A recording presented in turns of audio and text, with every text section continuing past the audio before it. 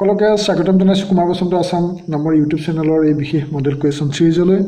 আজি হৈছে 5 নম্বৰটি খণ্ড আৰু ইয়াত মই আলোচনা কৰিম 20টা মাল্টিপল চইচ কুৱেশ্যন। বিশেষকৈ আজি এই 20টা কুৱেশ্যন মই জ্যামিতিৰ লৈছোঁ। লোৱাৰ পৰা আমি টেটৰ কাৰণে বিশেষভাৱে প্ৰয়োজনীয় হ'ব আৰু এইখিনিতে মই কৈ লওঁ এই প্ৰতিদিনেই মই ধাৰাবাহিকভাৱে যি মডেল কুৱেশ্যন দি আছোঁ। যদিহে আগৰখিনি ভিডিঅ' পোৱা নাই তেতিয়াহ'লে এইটো ভিডিঅ'ৰ ডেছক্ৰিপশ্যনত তাৰ লিংক দিয়া আছে, গতিকে চাই ল'লে আটাইখিনি পোৱা যাব। আৰু মই আগৰ 4টা খণ্ডত প্ৰতিটোতে 10টাকৈ প্ৰশ্ন দিছিলোঁ, মুঠতে 40টা প্ৰশ্ন শেষ হৈছে আৰু আজি কুৱেশ্যন নং ষ্টাৰ্ট হ'ব 41ৰ পৰা। এতিয়া মই 41টো লৈছোঁ কুৱেশ্যন নং। মই প্ৰথমে লৈছোঁ 41 কুৱেশ্যন নং। প্ৰশ্নটো হৈছে দুডাল কটাকটি কৰা ৰেখাৰ মাজৰ দূৰত্ব। অপশ্যনকেইটা দেখিছে একে, সমান, শূন্য আৰু এটাও নহয়। এতিয়া দুডাল কটাকটি যেতিয়া কৰে, এই দুডাল ধৰি লওক ৰেখাই কটাকটি কৰিছে, তেতিয়া কটাকটি কৰিলে ৰেখাৰ দুডালৰ মাজৰ দূৰত্ব কিমান হ'ব? এতিয়া যিহেতু দুইডালে কটাকটি কৰিছেই, গতিকে ইয়াৰ দূৰত্ব কি হ'ব? 0 হ'ব। গতিকে অপশ্যন চিটো শুদ্ধ উত্তৰ। গতিকে কটাকটি কৰাৰ ক্ষেত্ৰত 0 হয়। নেক্সট মই কুৱেশ্যন নং 42 লৈছোঁ। কুৱেশ্যন নং 42 আছে ৰশ্মিৰ মূৰবিন্দু বা প্ৰান্তবিন্দু। ৰশ্মিৰ প্ৰান্তবিন্দু কেইটা? নাই, 2টা, 1টা আৰু এটাও নহয়। গতিকে ৰশ্মি বুলি ক'লে কি বুজা যায়? যে ৰশ্মি হ'ল এনেকুৱাকৈ এফালে কাৰচিন থাকিব, মানে উসীমলৈ বহাই যাব পাৰি, আৰু আনফালে এফালে কাৰচিনটো নাথাকে, এইটো হৈছে ৰশ্মি। গতিকে ৰশ্মিটো বুজিব লাগিব। গতিকে ৰশ্মিৰ ক্ষেত্ৰত কি হয়? এফালে প্ৰান্তবিন্দু থাকে, আনফালে নাথাকে। গতিকে প্ৰান্তবিন্দু কেইটা হ'ব? 1টা হ'ব। গতিকে ৰশ্মিৰ মূৰবিন্দু বা প্ৰান্তবিন্দু কেইটা হ'ব? 1টা। গতিকে অপশ্যন চিটো শুদ্ধ উত্তৰ। এতিয়া মই নেক্সট কুৱেশ্যনটোলৈ লৈছোঁ কুৱেশ্যন নং 43। এটা সমকোণৰ সম্পূৰক কোণটো, মানে সমকোণ এটাৰ ক্ষেত্ৰত সম্পূৰক কোণটো কি হ'ব? যে সমকোণ মানে হ'ল 90 ডিগ্ৰী। গতিকে সম্পূৰক হ'বলৈ হ'লে তাৰ লগত কিমান যোগ কৰিলে 180 ডিগ্ৰী হ'ব? মানে এইটোতো 90 ডিগ্ৰী হৈয়ে আছে, আৰু তাৰ লগত আমি জানো যে 90 ডিগ্ৰী যোগ কৰিলে কি হ'ব? 180 ডিগ্ৰী হ'ব। গতিকে এটা সমকোণৰ সম্পূৰক কোণ কি হ'ব? সমকোণেই হ'ব। মানে 90 ডিগ্ৰীৰ লগত 90 ডিগ্ৰী যোগ কৰিলে 180 ডিগ্ৰী হয়। গতিকে এটা সমকোণৰ সম্পূৰক কোণটো সমকোণ হ'ব। ঠিক আছে। এতিয়া মই পিছৰ প্ৰশ্নটোলৈ আগবাঢ়িছোঁ। কুৱেশ্যন নং 44ত আছে যে 55 ডিগ্ৰী কোণৰ পূৰক কোণ কিমান? 35 ডিগ্ৰী, 125, 45, 95। গতিকে এইটো আমি জানিব লাগিব যে পূৰক কোণ মানে কি? যে 55 ডিগ্ৰীৰ লগত আৰু কিমান ডিগ্ৰী কোণ যোগ কৰিলে 90 হ'ব। গতিকে দুটা গোট খালে যেতিয়া 90 হয়, তেতিয়া এটা আনটোৰ পূৰক বুলি কোৱা হয়। গতিকে 55ৰ লগত আমি গম পাওঁ যে 90ৰ পৰা যদি আমি 55টো মানে 90 পৰা 55টো মাইনাছ কৰিলে 35 ডিগ্ৰী হ'ব। গতিকে অপশ্যন এইটো হৈছে শুদ্ধ উত্তৰ। এতিয়া মই নেক্সট কুৱেশ্যনলৈ গৈছোঁ। সেইটো হৈছে কুৱেশ্যন নং 45। 45ত আছে এটা ৰৈখিক জোৰৰ এটা কোণ সূক্ষ্ম কোণ হ'লে অন্যটো কোণ হ'ব। ৰৈখিক জোৰ বুলি কওঁতে কি বুজাইছে? যে সেই কোণ দুটাই এডাল সৰলৰেখা উৎপন্ন কৰিব, মানে 180 ডিগ্ৰী উৎপন্ন কৰিব। ঠিক আছে। অপশ্যনকেইটা হ'ল যে এটা ৰৈখিক জোৰৰ এটা কোণ যদি সূক্ষ্ম কোণ হয়, অন্যটো কিমান হ'ব? এইটো কথা বুজি পাব লাগিব। এতিয়া চাওক, আচলতে যেতিয়া ৰৈখিক জোৰ বুলি কয়, ৰৈখিক জোৰ হওঁতে ইয়াৰ পৰা ইয়ালৈ হ'ব, মানে 180 ডিগ্ৰী হ'ব। মই ইয়াত কোণ মাপকৰ সহায়ত দেখুৱাই দিছোঁ। যদি প্ৰশ্নটো সুধিছে এটা কোণ যদি সূক্ষ্ম কোণ হয়, এতিয়া এইফালে চাওক যে 180টো আমি সমানে ভাগ কৰিলে কি হয়? 90 হ'ব। এইফালে 90, এইফালে 90 হ'লেতো সমকোণ হয় বা ৰাইট এংগুল হয়। যদি এটা সূক্ষ্ম হয়, সূক্ষ্ম মানে 90 ডিগ্ৰীতকৈ যদি সৰু হয়, ধৰি ল'লোঁ এইটো 90তকৈ সৰু হ'লে কিমান হ'ব? ধৰি ল'লোঁ 70 হ'ল। আমি ইয়াতে চালে গম পাম, যদি এইফালে 70 হয়, আনটো কিমান হ'ব? 180 হ'ব। ইয়াতে লিখাই থাকে 70 হ'লে এইফালে 110 হ'ব। যদি এটা 70 ডিগ্ৰী হয়, আনটো কিমান হ'ব? 110। তাৰমানে এইফালে কোণটো হ'ব 110, এইফালে কোণটো হ'ব 70। 70টো যদিহে সূক্ষ্ম কোণ হয়, 110টো কি হ'ব? স্থূল কোণ হ'ব। তাৰমানে ইয়াত প্ৰশ্নটো সুধিছে যে ৰৈখিক জোৰৰ এটা কোণ সূক্ষ্ম কোণ হ'লে অন্যটো কি হ'ব? স্থূল কোণ। গতিকে অপশ্যন চিটো শুদ্ধ উত্তৰ। এতিয়া মই কুৱেশ্যন নং 46লৈ আগবাঢ়িছোঁ। কুৱেশ্যন নং 46ত আছে এটা বৃত্তৰ সমমিতিৰ ৰেখাৰ সংখ্যা। বৃত্ত এটা বুলি ক'লে তাতে সমমিতিৰ ৰেখা থাকে। কিমান ৰেখা থাকে? সেইটো মই বুজাই দিছোঁ। এইটো মই এটা বৃত্তাকাৰ এইটো দেখুৱাইছোঁ। এইটো এটা বৃত্ত ঠিক আছে সমমিতিৰ ৰেখা মানে সমমিতিৰ ৰেখাৰ বিষয়ে জানিব লাগিব যে সমমিতিৰ ৰেখা হৈছে যদি কোনো আকৃতিৰ মাজেৰে ভাঁজ কৰিলে দুটা সম্পূৰ্ণ সমান অংশ পোৱা যায় আকৌ কৈছোঁ যদি কোনো আকৃতিৰ মাজেৰে ভাঁজ কৰিলে দুটা সম্পূৰ্ণ সমান অংশ পোৱা যায় সেই ভাঁজ কৰা ৰেখাডালকে সমমিতি ৰেখা বুলি কয় এতিয়া এইটো এটা বৃত্ত হয় নে নহয় গতিকে ইয়াতে আমি যদি সমানে ভাঁজ কৰোঁ ইয়াতে ভাঁজ কৰি দিলোঁ ভাঁজ কৰি দিয়াৰ লগে লগে কি হ'ল সমানে দুটা অংশ আমি পালোঁ নে নাপালোঁ বাৰু এইখিনি ভাঁজ কৰি দিয়াৰ লগে লগে সমানে দুটা অংশ পালোঁ ঠিক আছে গতিকে এই ৰেখাডালক কি বুলি কয় সমমিতি ৰেখা বুলি কয় ঠিক আছে এতিয়া প্ৰশ্নটোত হৈছে যে এটা বৃত্তৰ সমমিতি ৰেখাৰ সংখ্যা তো এই বৃত্তটোৰ ক্ষেত্ৰত আমি যদি চাওঁ যে আমি এপিনিও পাম সমমিতি ৰেখা এপিনিও চাম এপিনিও যেনি তেনি পাম মানে গতিকে আচলতে বৃত্তৰ ক্ষেত্ৰত সমমিতি ৰেখা অসংখ্য হয় গতিকে ইয়াতে অপশ্যন কি হ'ব ডিটো শুদ্ধ উত্তৰ গতিকে এটা বৃত্তৰ ক্ষেত্ৰত মানে এডাল দুডাল সমমিতি নহয় অসংখ্য সমমিতি হয় তাৰমানে বৃত্তৰ ব্যাস যিহেতু অসংখ্য হ'ব পাৰে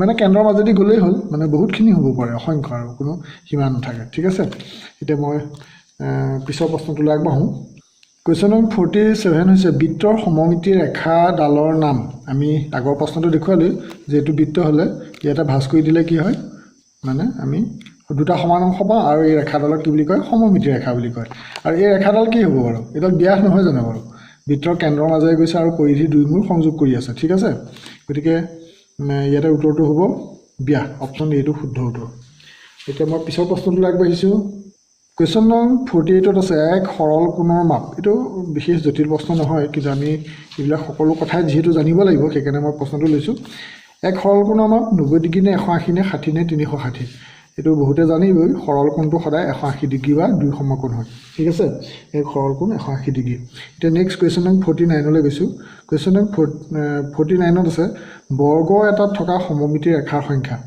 বৰ্গ এটাত সমমিতি ৰেখা কেইডাল থাকে দুডাল থাকে না চাৰিডাল থাকে না এডাল নে এটাও নহয় এতিয়া আমি বৰ্গ এটাত কেইডাল সমমিতি থাকিব পাৰে মই দেখুৱাই দিছোঁ এইটো এটা বৰ্গ ঠিক আছে এইটো এটা বৰ্গ নহয় জানো বৰ্গ আকাৰৰ মই এটা বস্তু লৈছোঁ এই বৰ্গটোত সমমিতি ৰেখা ক'ত ক'ত হ'ব পাৰে সমমিতি ৰেখা তাৰমানে আমি বৰ্গ আকাৰৰ বস্তুটোত আমি মাজতে ইয়াতে ভাঁজ কৰিব পাৰোঁ এইখিনিতে এইপিনি ভাঁজ কৰিব পাৰোঁ হয় নহয় তাৰপিছত এইফালে এনেকৈ ভাঁজ কৰিব পাৰোঁ মানে এনেকৈ ভাঁজ কৰি দিলে সমানে দুটা অংশ পাম আকৌ এই চুকীয়াকৈ ভাঁজ কৰিব পাৰোঁ আৰু তাৰপিছত আৰু এইটো চুকৰ পৰা এইটো চুকলৈ আমি ভাঁজ কৰিব পাৰোঁ গতিকে আমি কেইডাল পালোঁ এনেকৈ এডাল এই দুডাল হ'ল তাৰপৰা তিনিডাল আৰু এনেকৈ পালোঁ চাৰিডাল ঠিক আছে গতিকে বৰ্গ এটাত সমমিতি ৰেখা হ'ব চাৰিডাল মই ভাবিছোঁ মই যিটো দেখুৱাই দিছোঁ সকলোৱে ভালদৰে বুজি পাইছে গতিকে সমমিতি ৰেখা কিনো বৰ্গ এটানৰ কেইটা থাকে আৰু এইখিনিতে কৈ থওঁ যে আয়তৰ ক্ষেত্ৰত কিন্তু সমমিতি ৰেখা চাৰিডাল নহয় দুডালহে হয় গতিকে মই পিছৰ প্ৰশ্নটোলৈ যে আগবাঢ়োঁ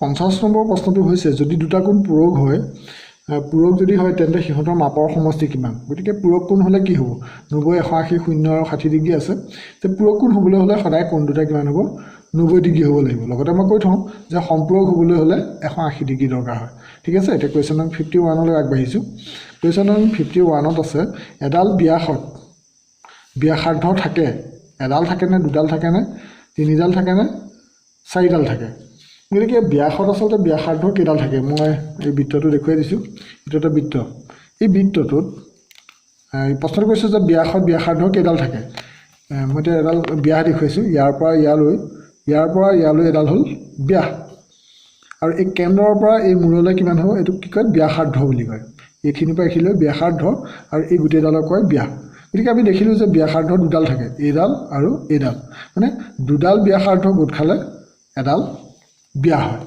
আৰু ব্যাসাৰ্ধৰ শব্দটোৰ অৰ্থই হৈছে কি ব্যাসৰ অৰ্ধ মানে ব্যাসক আধা ল'লে আমি ব্যাসাৰ্ধ পাম ঠিক আছে গতিকে অপশ্যন বিটো হৈছে শুদ্ধ উত্তৰ এতিয়া মই নেক্সট কুৱেশ্যন নম্বৰ 52 লৈ আগবাঢ়িছোঁ যদি দুটা কোণ সম্পূৰক হয় তেতিয়া সিহঁতৰ মাপৰ সমষ্টি কিমান হ'ব সম্পূৰক হ'লে মই আগত কৈছিলোঁ যে পূৰক হ'লে 90 ডিগ্ৰী হয় আৰু সম্পূৰক হ'লে 180 ডিগ্ৰী হয় ঠিক আছে এতিয়া মই পিছৰ প্ৰশ্নটোলৈ আগবাঢ়িছোঁ কুৱেশ্যন নম্বৰ 53 আছে বৃত্তৰ কেন্দ্ৰৰ মাজেৰে নোযোৱা জিয়াবোৰ ব্যাসতকৈ মানে কেন্দ্ৰৰ মাজেৰে যিডাল নাযায় বৃত্তৰ কেন্দ্ৰৰ মাজেৰে নোযোৱা সেইবিলাকক জিয়া বুলি কয় ব্যাসতকৈ ডাঙৰ হ'ব নে সমান হ'ব নে সৰু হ'ব নে এটাও নহয় মই এটা বৃত্ত দেখুৱাই দিছোঁ যে প্ৰশ্নটো সুধিছে যে যিবিলাক কেন্দ্ৰৰ মাজেদি নাযায় মই এতিয়া ব্যাসডাল দেখুৱাইছোঁ এইচৰ পৰা এডালক কি বুলি কয় ব্যাস বুলি কয় ইয়াৰ পৰা ইয়ালৈ বিয়া যে কেন্দ্ৰৰ মাজেদি গৈছে আৰু কেন্দ্ৰৰ মাজেদি নোযোৱাবোৰ কি হ'ব বাৰু এইচৰ পৰা এইচলৈ যদি আমি যাওঁ আঁকি দিওঁ সৰু নহ'ব জানো এইফালে আঁকি দিলেও সৰু হ'ব মানে ইয়াৰ পৰা ইয়ালৈ যিমান দৈৰ্ঘ্যটো পাম আমি এইডাল ৰেখাৰ যিমান দৈৰ্ঘ্য পাম কিন্তু কাষত যদি আমি আঁকো তেতিয়া কি হ'ব দৈৰ্ঘ্যটো কমকৈ পাম গতিকে সদায় ব্যাসতকৈ সৰু হ'ব ঠিক আছে অপশ্যন চিটো হৈছে শুদ্ধ উত্তৰ